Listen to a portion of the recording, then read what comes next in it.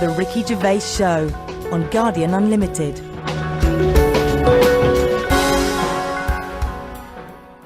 You're listening to Ricky Gervais with me, Stephen Merchant, and Carl Pilkington. Now, you probably know me from such works as The Office and Extras, Stephen being my co-writer and co-director on those things. For those people who are not so aware of Carl Pilkington, he was our producer, sort of given to us when we first started on XFM, and you're thinking, well, why are we doing a podcast? Why are we doing a podcast for no money? Is there no money? No. It's free, innit? It's free download. But this is what I'm here to answer. It's because I like to be in a room with Carl Pilkington. You know, like some people go and help sort of chimps. Do they? Yeah. Well, they go to the jungles and things. And help out little sort of endangered Diane species. Fossey or whatever. Exactly. You're very much the Diane Fossey of the Manchester scene. Of the little bald mank world. And Carl Pilkington is an ongoing experiment for me, because I've seen him blossom from an idiot into an imbecile. And I want to see it through. Look at the way he's looking at us through the glass. Look at that. He's got a perfectly round head. And that's why I'm doing this podcast, or bodcast, as I'm going to call it in his honour. Little round-headed bod-type freak. If you're not familiar with Bod, we can maybe put up a picture of Bod, the popular cartoon kids character. Go to rickygervais.com and you will see a picture of Carl and a picture of Bod. And you draw your own conclusions as to the likeness. Carl, what do you think about all this? That's alright. Are you excited by this new technology? What? Podcasts? Yeah, exactly. It's just, I mean, we are living in that sort of era now, aren't we? That you need to be able to listen to stuff on demand when you want it and stuff. I know you're not a fan of the iPod in general, are you? Or any of the MP3 things? You're concerned? I'm warming to it, but... This is what's amazing about Carl. Even though he's talking about things like MP3 players, computers, iPods, he sounds like he was found in a glacier and thawed out. Do you know what I mean? And sort of taught to speak. We're a couple of high school guys who found him, and we're trying to ingratiate him in the gang, trying to pass him off as someone from the modern day. No, but my thing with iPods is, now, do we need them? Do you know what I mean? We're living in that era now where we have invented most of the stuff that we need, and now we're just messing about. They said that in 1900. Someone actually said everything that's to be invented has already been invented. They said that in 1900, and how wrong were they? No, but what came out, at what point, what was invented in that year where they went, right, that's it now? What did they invent in 1900 that made them go, we've done it all now? Well, just think a little bit, right? The 20th century. Think what happened in the 20th century. Go on. Well, cars, planes. Yeah, but is that a good thing? Planes and that. Do you need a plane, really? Wouldn't it have been better if we all stuck where we should be instead of travelling about? War. Well, look, war's happening, isn't it? Because everyone's saying, well, now we can fly, we'll go over there. So there were no wars prior to the invention of the aeroplane? Not like there is today. Right. But what I'm saying is, the world's got smaller on it, everyone's saying that, right? Yeah. You know, the way I was saying to you the other day, you know, we now go to places where we shouldn't go.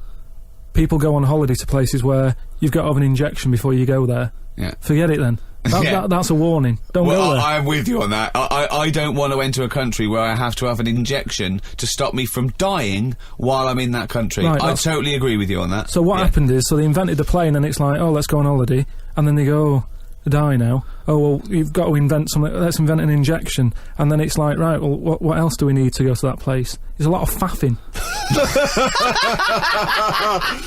So what I'm saying is... Is that a place? A lot of faffing? What I'm saying is, you know, Steve's travelled more than I have. You've been to, like, dangerous places. I've been to places where you need injections, yeah. Yeah, but why? Because it's fascinating, isn't it? You know, don't you not believe in that idea of travel broadens the mind? You know, it makes you experience other ways of life, other ways of thinking. It just enriches you as a human being. That's the whole reason people go travelling. But since the invention of the telly, you don't have to go that far to see it. You're absolutely right. So there you go then. The telly was the 20th century, wasn't it? Yeah, it's pretty good. So where would you stop then? You'd stop making stuff now? Stop inventing stuff right now? Or do you think we could carry on for another 5 years, see what comes up, and then just draw a line under it all? Well, again, we're just messing about, and but there's still things to do, isn't there? I mean, I know, I could throw things up. You can always go, it's regret it, but, you know, a cure for cancer, a cure for AIDS. Yeah, but should we mess with that? What do you mean? because there's too many people in the world as it is, isn't there? So that's a way of controlling it, so that, you know, like, look at London, right? It's overpopulated. Rent keeps going up because there's more and more people surviving, right? If you let them die, it's going to even itself out. See, I was saying to someone the other day about maybe we should look at, if we're going to invent something, right, forget, like, the traditional way of people having kids, right? The way they, you know, have it away in that. You know, What do you mean? What do you mean? No, you know, like, the way that, you know, we have kids and stuff. If it'd be good if what happened was to control it is if man and woman, right, they're born and that, they enjoy their life, they learn a lot, they live to be about 78, I think, by that point. So specific. Yeah, 78, No, yeah. but by 78, I reckon you've sort of got to that point where you go, do you know what, I've done everything I'm going to do. If you haven't bungee jumped by the time you're 78, you're not going to do it. You know what I mean? So it's kind of like... Your hips have come off. You've done it all now, so I've had my innings. Yeah. And then you die, right? So, say if everyone had that, they live to be 78. But then, just as you die... They give you the bumps. You get... You have a little baby inside you, and as you die, your life carries on. Sorry. How is this happening? Sorry, are you mental? No, but don't you think... I mean, what? I've never heard such drivel. You're saying that, but if Newton said it, you'd go, interesting. That's what annoys me. The point is, Carl, he never would. No, He'd what? never say it, that's the point. But if you never say it, I don't understand what you're talking about there. What? How was it? How is there a little baby in a 78-year-old? No, what I'm saying is it's like an apple, where the apple grows and it's got its little baby pips in it, and the apple goes and the seeds are planted and a new one's born. But that's what happens. But that is what reproduction is. Yeah, but I'm saying babies aren't being born left, right and centre. It's controlled, so that as someone dies, someone's born. But Carl, stop. Whose responsibility is Look, this? if you don't want to do it, we won't do it. But I'm is it just supposed to be nature? Has nature got to develop humans so that we act that way? We live that way, or is this a scientific experiment? He said to you then, he said, look, if you don't want to do it, we don't need to do it. Like, if you were up for it, we'll sort it out. We can do that. We'll have a wit round, so we can do the research. I just think, at the end of the day, we've got to do something. And is anyone keeping an eye on this and looking at what we can do next to control the population thing? It does my head in that I've got to live in London for work and what have you, and there's loads of people here, and, you know, forget going out on a Saturday night, it's too busy, and you can't move, and they keep... I mean, what annoys me about London So is... your solution is that 78-year-old women have little babies inside them, and as they slip away into death, the little babies... And how is that baby then raised? Who looks after the baby? Because it's a pretty good system, having a baby while you're young enough to look after that baby and make sure it lives to, you know, reproductive age itself. I mean, that system's been working for years. Nature's sort of sorted it out. Natural selection and evolution sort of makes that a good model. But wait a minute, nature. Pop that on hold, because Carl Pilkington's got an idea. Yeah. That's what it was, just an idea. Yeah, well, it was nonsense. But thank you for it. The worst I mean, it was the ramblings of someone you'd find by themselves in a hospital eating flies. Yeah. This is the sort of thing you find when, if they find maybe a pamphlet or a booklet written by a psychopath. You know, someone, just before they went on a rampage and then turned the gun on themselves, they go through their possessions and they find a book and it's got weird drawings, women with knives in their face, and this kind of garbage. In fact, I saw a similar sort of theory written out on a wall, but it was written in shit. Exactly. Yeah. No, all I'm saying is, I think, it's, you know, when people die normally, everyone's fed up about it, aren't they, and a bit down. But if when you pass away, you go, oh, we're going to miss Gladys or whatever, but then there's this new life brought in, it's almost like a bad news, good but news. you're talking about it like someone could pick this idea up and run with it. Like you've given them enough information to do it. How is this possible? Where does she get the baby from? Why does it grow? Why grow it in Gladys's belly? Why not have it in a drawer? But what I'm saying is, ready to go, just add water. I mean... Who looks after son of Gladys? There is no theory here. There's no... it's the ramblings of a madman. What I'm saying is, though, the body's always changing, innit? From caveman to now, or whatever. In some cases. And they're always finding out more and more. Like I read the other day about how they're saying, do you know, like they say people have 6 senses? Yeah. There's loads more than that.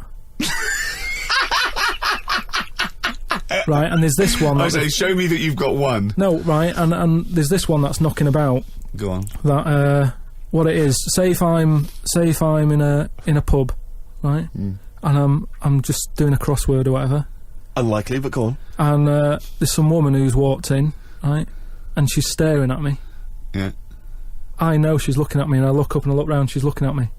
Right. And they're saying that's a new sense that they found out from, like, you know, doing tests and what have you. Yeah, it's rubbish. And they're saying okay. that's been around since like man and dinosaur was knocking about. But it could be, you know, peripheral vision. It could be a footstep stopped, and usually when someone's footsteps stop, they've stopped. No, they've because explained I it. think it's safe to assume that, you know, that with your perfectly round head, people are always stopping and looking. No, but they explained I mean, it. you just know that there's probably going to be someone there if you look right. They said it's from the time when, like, caveman was, like, wandering about, and he'd go, hang on a minute, and he'd look round, there's a dinosaur there or whatever, and he'd leg it. This is nonsense. I hate when people use the term when caveman was wandering round. Caveman and dinosaurs. Oh, they used to live together, yeah. Oh, that's the same era.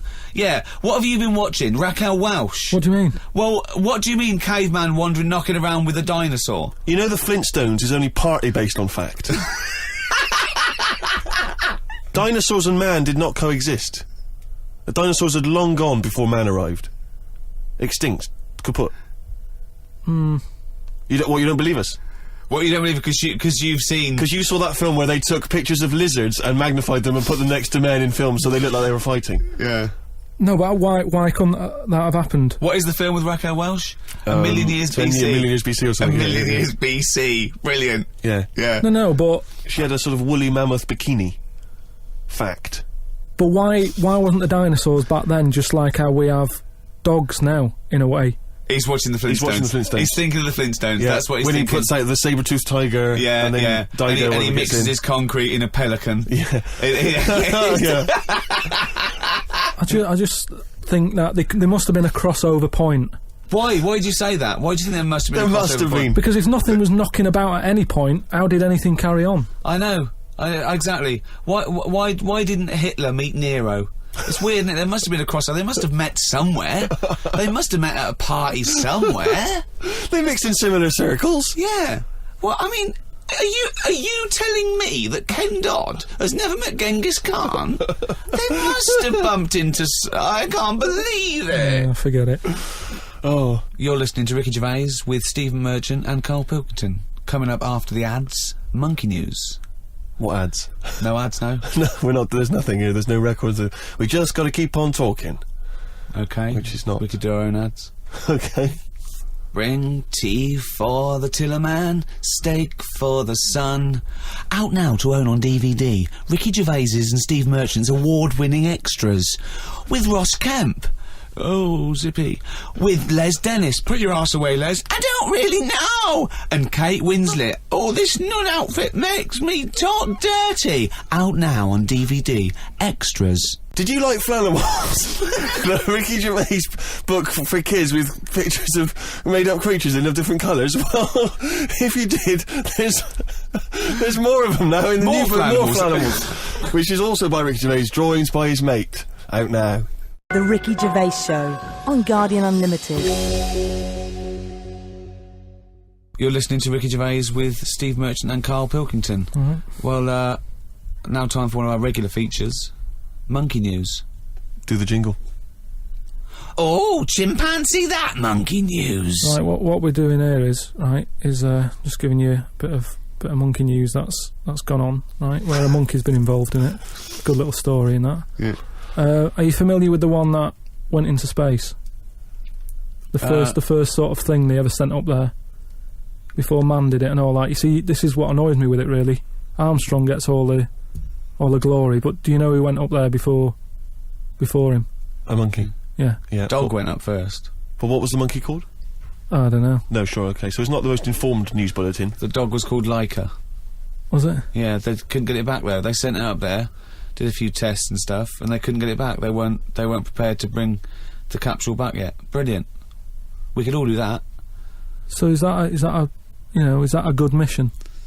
Well, I just think it was seeing what if the mission itself killed it, but they didn't have the technology, because of course it couldn't fly the capsule back, which it has to be manned to bring right, it. well this was the next one up then, right? So the dog must have gone first, and then they went, right, we made an error there, right? Get the monkey in, And what happened is they taught it what buttons to hit at the time that it needed to hit them, and the way they did this was like give it bananas. It was like hit the red button, and it hit the red button, they'd give it a banana. Right. And they go, right, reverse is the green one, hit the green one.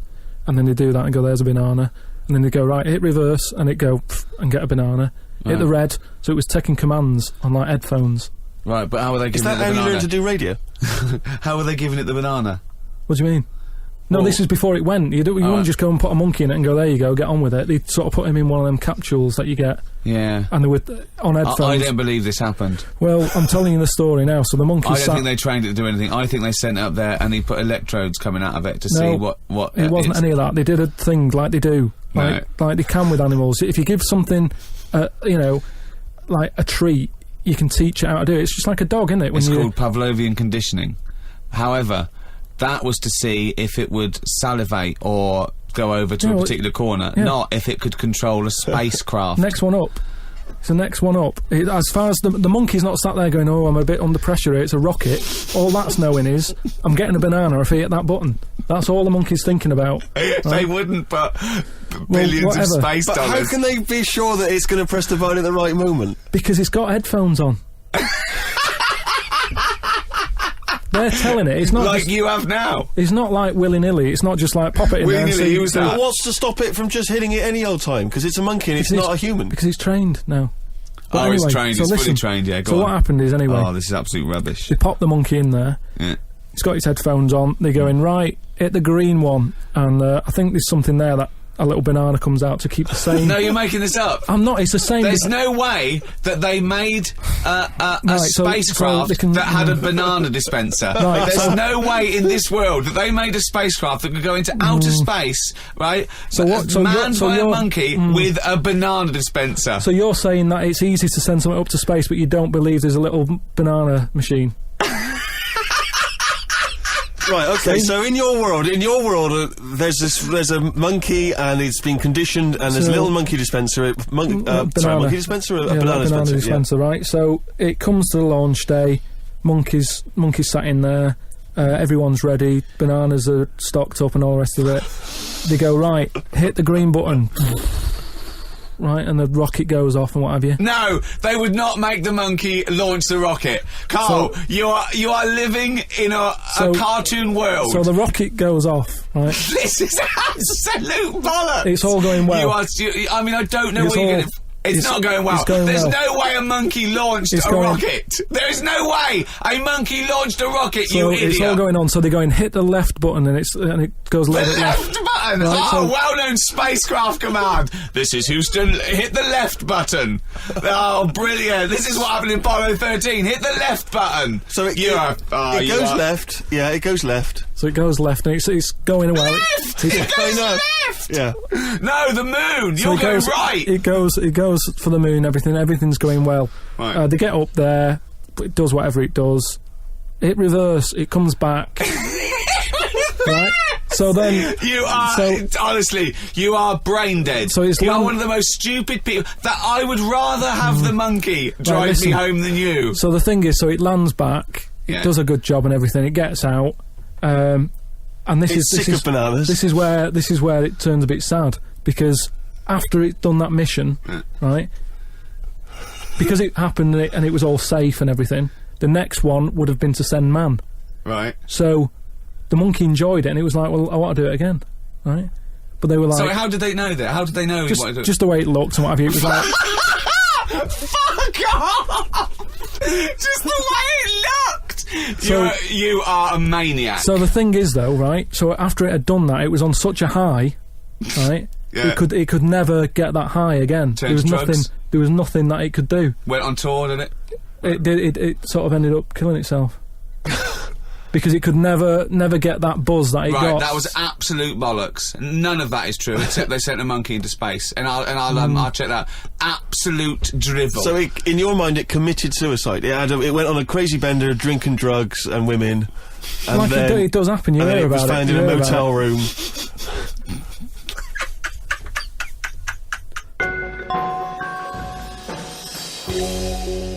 Right, do you know, like, you don't believe in, like, scary stuff?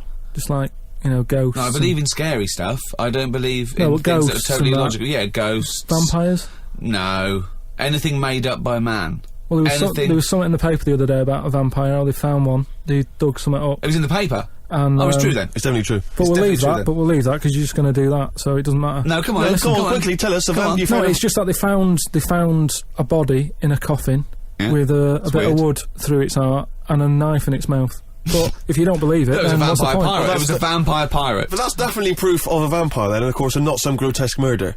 Yeah. That's definitely proof of a If vampire. it was found, if it wasn't, if it wasn't Right, made up. hang on a minute. Yeah. Hang on a Two, minute. if it was As far as actually- I'm aware, when you put the thing through their heart, they just turn into dust. As, in the and films I've also, seen. all their victims get their own life back. Yeah, exactly. Yeah, that's the Right, truth. and here was the second bit. Yeah. Somebody dug it up, Yeah. got the heart, blended it, burnt it, popped it in some water, drank it, and they're in prison now. Now, if it wasn't dodgy stuff, why are they in prison? They're Why in don't you prison because just they're go- mental, because they dug up a body, liquidised its heart, burnt it and drank it. That's why they're in prison. There's your answer. But anyway, that isn't what I'm talking about, right? But Go I on met Derek Acora the other week, Oh, yeah. right? Now, And who's he? Which one's he? he's Is he a medium? He can contact the dead, is that right? he just chats to him and that, passes Sure. messages on. Nice of him. So I said, "Oh, tell us something a bit weird and that." So he said, "What do you want to know?" I said, "Just something weird." So he goes, "All right then." He said, "Here's one for you, right?" And he said, "There's this pub out in the country, and he said there's this mug. Do you know those old mugs that they have, where they used to like leave their own cup knocking Like a about, didn't they? Oh, yeah. Tankard thing." Yeah. So there was one of them mugs in there, right? And everybody Tankard, let's use tankard if we've All right, established okay, that's the word. tankard, yeah. Because you're the only mug in this story. Right, You nice. believe in it all. High five. Great. So this tankard's knocking about, right? And everyone who's running the pub keeps going, "Oh, I wish they'd stop leaving this tankard about," right? And they pick it up. It must be a pain.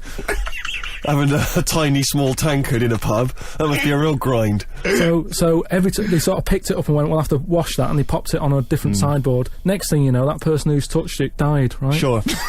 So They must have been getting through bar staff. so they kept getting in new staff and that. And they were like, "Oh, what's the connection here?" Right? What's the connection here? Oh, God. So anyway, so Call Australia, we've run out. they sort of someone notices and they go, "Do you know, it's a bit weird. It's that cup, right?" So they get Tankard. They get, so it's that tankard and that. So they get a vicar in. Of course they do. And they go, "Look, there's a lot of weird stuff going on here. This tankard, every time someone touches it, they die." So he said, "Leave it with me." He gets his special water out and what have you. He comes round, does a little prayer, sprinkles it. He goes, "Right, not a problem, don't worry about it." He picks it up, chucks it in the bin. Guess what? What? Dies in a crash on the way home. Because he'd picked it up. Well, but Carl, you're telling me this like it's fact, and I'm meant to go, "That's Derek amazing." Acora, he told me. Carl, I have no opinion of that story, other than I'm pretty sure there was absolutely no connection between touching the tankard and him dying. That's all I'm sure of. It's not just him though, is it? I'm not going to even contest the chain of events. All I'm saying is there is no connection. There is no connection possible because I believe in logic and the laws of the universe. So when you're telling me miracles and strange things outside coincidence, you may as well be telling me about the Tooth Fairy and the Easter Bunny, because they're equal to me. That it's ludicrous. It's absolutely ludicrous. So what would it take though for you to go, "Oh, I'm actually a believer now"? But what you're saying is you're I can't answer that question because I'd have to base my beliefs on some of your premises, which I can't do. It's like you saying, "But what if you found out that 2 and 2 equaled 5?" I can't. It's a necessary truth that it doesn't. I'd have to go back and fundamentally disagree with what I think twoism is, two-ness and fiveness. And you've never been in a situation though where you've gone, "This room feels a bit weird." Could be something, do you know what I mean? Could be something knocking about, or. But that's a different question. I could go into a really rough-looking pub and think, this isn't good, because it's No, based like on induction then. I Because mean, like, you know, if you've been to Cornwall on holiday and stayed somewhere and you've gone, "Do you know what? Sure, someone's died in here." I'm sure someone's died everywhere. Yeah, but what I mean, you never pick up a vibe of like I've got a mate, right, who is living in this big stately home, right? And what it Why is he living there? he's paying £100 a month, right? And it's almost like he's being a security man. Oh, right. But he's not. He doesn't sit out the door with that on and everything. He just goes about his life, but he bases most of his work in this stately home. So what is it, like a housekeeper, like he's sort of house sitting? A little bit, yeah. I mean, it's it's bigger than Buckingham Palace, this place, right? So what is it, a billionaire that's gone away or something? I think it's some sort of, I think he said something about a viscount or something, right? He said he owns this place. He's living in America. This place he owns, but it's falling to bits. Wow. And he's worried that people are going to go in there and squat and what have you. So he said to me, mate, you know, there was an advert in the paper, he doesn't know him, advert in the paper saying, do you want to live in a big house? 100 quid or whatever. And he went and had a look, right? And he's living in there now. He pays £100 a month. There's about 80 rooms. Gee. And it's this big stately house and what have you. And I went down there. He said, oh, come down and have a look, right? And from outside you go, oh, this is brilliant. It's like something out of, you know, like the Man of Born or something. You go, this is impressive. But then when you get in, it's like, it's a wreck. It's just falling apart because they can't afford... Well, it's just been left. No one's doing any vacuuming up or anything. There's like rat poison everywhere. Like windows are smashed, doors kicked in. That's a real shame. Why is it? Is it? I don't think he's doing his job, is he? Is it because it would cost like millions to do up or well, something? Apparently it'd be like, I think they're going to have it done up, but it's going to cost like 80 million, right? So anyway, It's a big house. It's a big house. So we go to the pub and what have you. I've got like a little torch, and we're wandering around looking in all these different rooms, right? And I'm asking him, how's it got in this state? Do you know what I mean? If someone's had it, why have they let it get to this state? And he was saying how, you know, it was like a mental home at one point, and it was like a drug thing as well. People who had problems with drugs, they popped them out there because it's in the middle of nowhere. Do you know what I mean? If you needed drugs or anything, forget it. It's not going to happen. Do you know what I mean? So that's straight away. Do you know, like, have you ever been in a hospital when it's been shut down, or a school when there's no kids in it, and there's that sort of bad atmosphere of like weirdness? Yeah. Right? For the sake of argument, yeah. So we're wandering about, and I say, oh yeah, what's in this room, right? And we go in, and all the floors are like a wreck and rotten and stuff. And I looked at the wall, and there was like a little piece of paper stuck on the wall, right? And I said, what's this here? So I wandered over, right? Got right up close to it, and somebody had wrote it. Somebody had wrote it? Oh. Somebody had wrote it. I love this. You could do, imagine him on Jack and Horry. Right, okay. Right, go on, sorry. So there's a little sign there, right? And I go up to it, and it says, flies, right? With an arrow. Flies this way, right? So I think that's a bit weird. So I follow the arrow, right? Which goes to this corner where there's a shelf. About 3,000 dead flies on it. Oh my God. Condom stuck on the top. That's weird, isn't it? That is weird. That is weird. Right? So I'm looking at that, and there's loads of stuff on the floor and that, bits of paper. Picked up this bit of paper, right? And it had, like in biro and that, it looked really old, like it'd been there years. And it had something like, need nappies, dummy, right? Blankets, blah, blah, all this, like, all stuff for, like... And I turned it over, right, and it said, none of this now needed, baby dead. Right.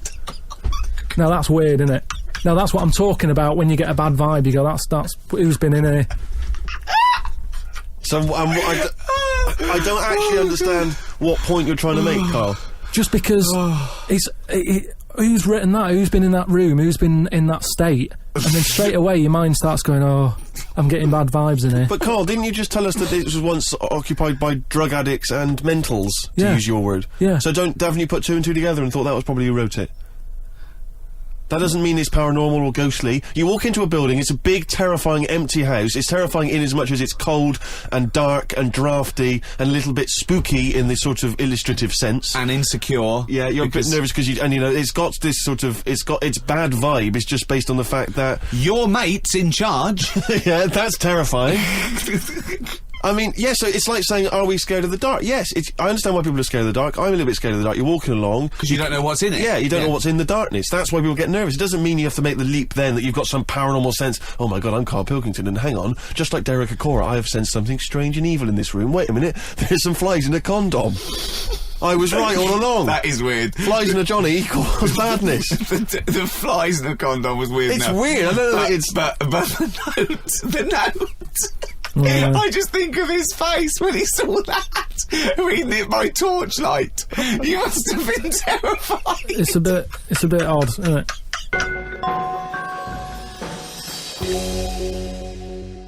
Thank you very much indeed for listening. If you'd like to get in touch with us, either myself or Ricky, or you've got something to send to Carl, then you can email us at podcast@rickygervais.com.